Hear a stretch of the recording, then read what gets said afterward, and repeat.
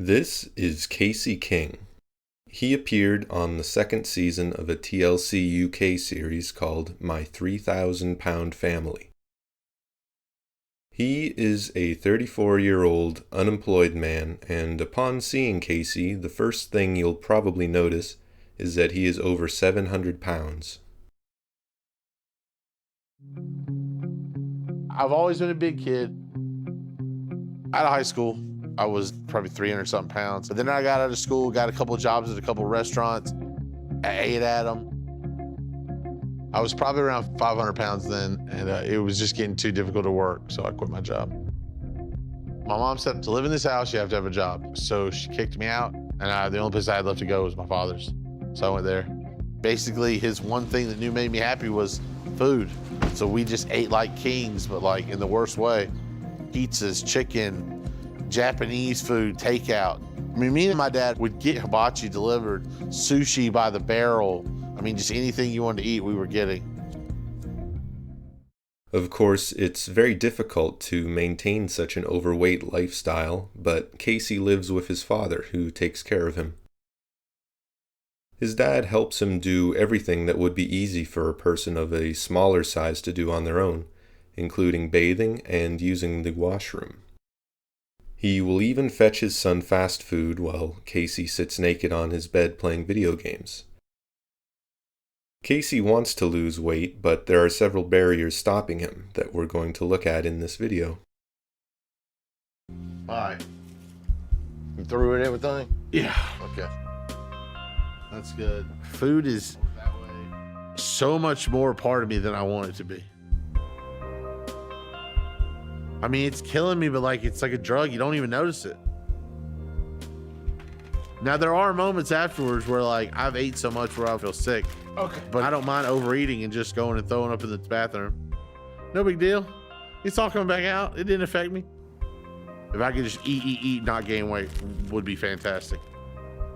But do I want to be fat forever? No. I wish I wasn't in the situation that I'm in. Before we can examine Casey's situation, though, we need to take a brief look at obesity in general, which I think is a fairly interesting topic. It's interesting to me because, historically speaking, a major cause of death has been from a lack of food. But now, probably for the first time ever, many modern countries have become so rich and prosperous that a lot of people are actually dying from eating too much instead of too little. Psychological disorders often manifest as unhealthy relationships with things such as food, video games, drugs, alcohol, to name a few. And helping people with these problems is very difficult because what we think will help someone often doesn't and may instead actually harm them. Casey's father, for example, seems pretty aware that his constant caretaking is hurting his son. It gets old, and I get tired of it, and he should be more active, but he's not. He's just there. He's just there. And I wait on him hand and foot, and I shouldn't do it, but I do. Whew. I love him to death. He's my son, and I feel obligated to wait on him. I shouldn't feel that way. I wished I didn't. I shouldn't, but I do. Casey wants his dad to be strong enough to tell him no and to lay down some boundaries. But his father doesn't want Casey to be mad at him. We naturally want everyone to be happy and peaceful in the present moment, even if we know this will cause problems down the road. But this type of compassion often ends up enabling other people's harmful addictions. We argue a lot. So I give in to him a lot. Sometimes I put my foot down, but I should be doing it all the time, but I don't. When I'm at my mom's, I just get used to eating whatever. I may ask like, hey, can I get something sweet? And she'll throw me a Hershey Kiss. One. I can say to Dad, get something sweet. Comes home with a 1-pound bag of M&Ms. So it seems like there's definitely a dynamic between when you're at mom's or at dad's. As much as I know that I need to not ask for it, there needs to be a point to where if I do cave and I ask for it, that I have someone telling me, no. Eventually, It'll just never, you're the one that has to say no. No, I know. He definitely has a lot of blame towards his parents and kind of isn't taking a lot of responsibility for his weight and how he's gotten to where he is. I see that a lot with patients, and that they just want to blame other people when really it all falls down on the decisions and the choices that they make themselves. People with self-destructive habits don't usually change until they gain the self-discipline needed to stop. Casey, like all people, is supposed to have some self-discipline, but it's understandable why he hasn't learned that from his parents. Casey's dad can't say no to him. He continues enabling his son even though he knows he shouldn't. And so Casey continues eating way too much, even though he knows he shouldn't. Throughout my life, I've tried to help a lot of people. Helping people feels good. A lot of people wish that making a difference in someone's life was really just as easy as giving them a few dollars or maybe posting a Facebook status. Because those are the easy things. They don't require a lot of effort. It's a lot easier to keep handing someone the poison they crave than it is to confront them, or especially to confront yourself. I complain all the time about, what he would order. It's way too much food, way too much food. But, I'd give in to him. And that's the reason.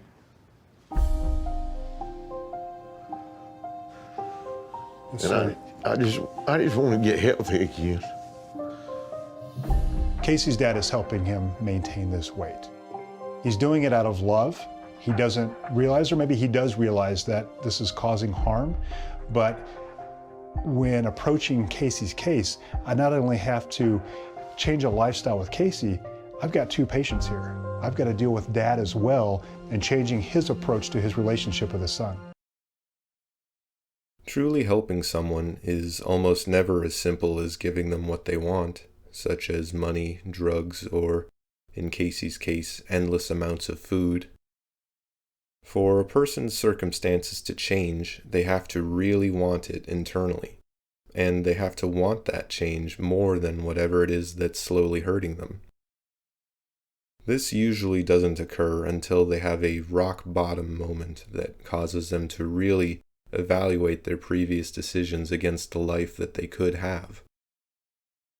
The likely breakthrough in the show which demonstrates this is when the doctor explains to Casey that he can't expect to live much longer unless he changes, which has a gripping effect on not just him, but his father as well. We're going to have to work together to do this, but we're at a critical stage here. Yeah. You're going to die pretty soon, unless something happens here. I think that you're on the road to immobility, and when that happens, I think it's going to be a very short course. When he said Casey, that he's not going to live much longer, that scared me. And I think it scared Casey too. I love him to death. I want to be around for him, I try to take care of myself. But I'm 70 years old. My days are numbered, the way I look at it, too. And I want him to have a life before I leave here. I don't want to die young, but just seeing my dad be so upset, it's like, what's the worst part? It sounds like we've got plenty of reasons to do this. Oh, yeah. Your health, your life, your relationship. Yeah. All right? We're going to work together to first save his life and then get you a life. With patients like Casey, who are in the 600, the 700 pound range, they need all the help in the world, and they have to get out of that mindset of being cared for, even as an adult. And it's very, very difficult for them to do.